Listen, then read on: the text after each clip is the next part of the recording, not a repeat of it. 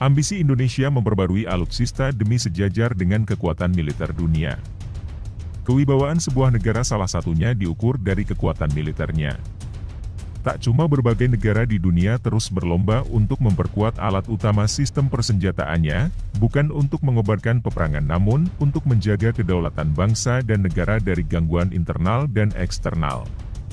Memastikan segenap kehidupan dan sumber daya yang dimiliki sebuah negara terlindungi dengan aman dari banyak negara itu. Indonesia termasuk salah satu yang terus-menerus memperkuat alutsistanya dengan teknologi termutakhir. Lantas bagaimanakah ambisi Indonesia dalam memperkuat pertahanan militernya, sehingga ditakuti negara-negara besar lainnya?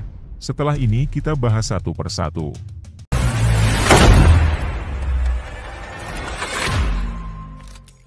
Pengalaman masa lalu mulai dari kolonialisme, masa revolusi intervensi asing, hingga meletusnya separatisme di beberapa wilayah di Indonesia, mau tak mau membuat negeri maritim ini harus membentengi diri dengan sejumlah perangkat militer terbaik. Lebih-lebih Indonesia memiliki luas wilayah yang masif dengan kondisi geografis beragam, dan dikelilingi oleh pulau-pulau besar dan kecil yang harus dijaga tiap jengkalnya.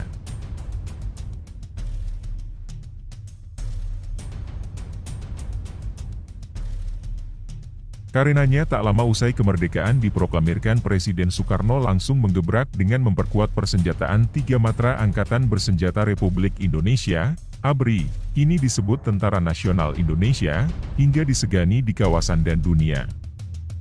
Memanfaatkan sentimen perang dingin antara Blok Timur dan Barat, Soekarno berhasil menempel Uni Soviet dan mengalirkan persenjataan-persenjataan canggihnya ke dalam negeri. Tak pelak kapal perang buatan Soviet dari kelas Super Delov dengan 12 meriam raksasa kaliber 6 inci. KRI Irian dapat lego jangkar dengan mulus di perairan Indonesia.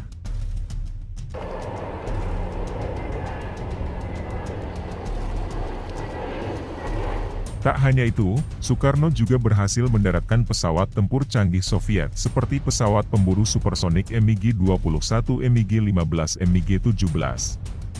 Pesawat supersonik MiG-19 dan pesawat pembom Tu-16, pesawat MiG-21 saat itu merupakan jet tempur supersonik tercanggih di dunia.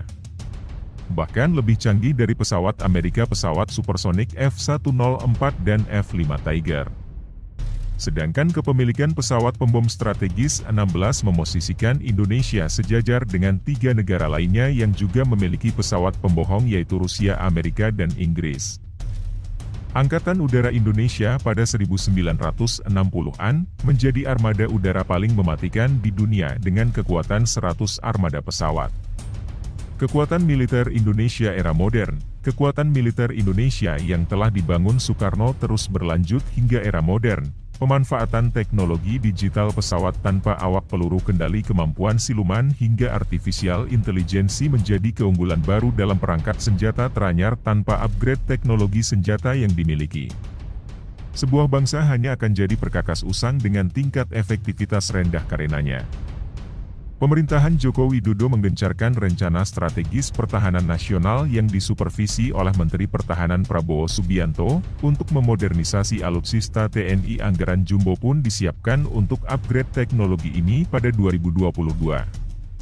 Kementerian Pertahanan Kemenhan merupakan salah satu kementerian yang mendapatkan pos anggaran paling besar pada postur anggaran pendapatan dan belanja negara APBN 2022. Program riset industri dan pendidikan tinggi pertahanan sebesar Rp67,89 miliar, dan program dukungan manajemen sebanyak Rp79,77 triliun. Berbekal pagu anggaran dari APBN dan juga pinjaman Prabowo pun telah memesan berbagai alutsista canggih dari berbagai negara. Baru-baru ini misalnya, Kemenhan telah memesan sejumlah peralatan tempur dari Prancis usai Prabowo bertemu Menteri Pertahanan Prancis Sébastien Lecornu di Jakarta pada tanggal 25 November tahun 2022 lalu. Prabowo telah menjajaki kemungkinan pembelian 2 kapal selam serang Skorban.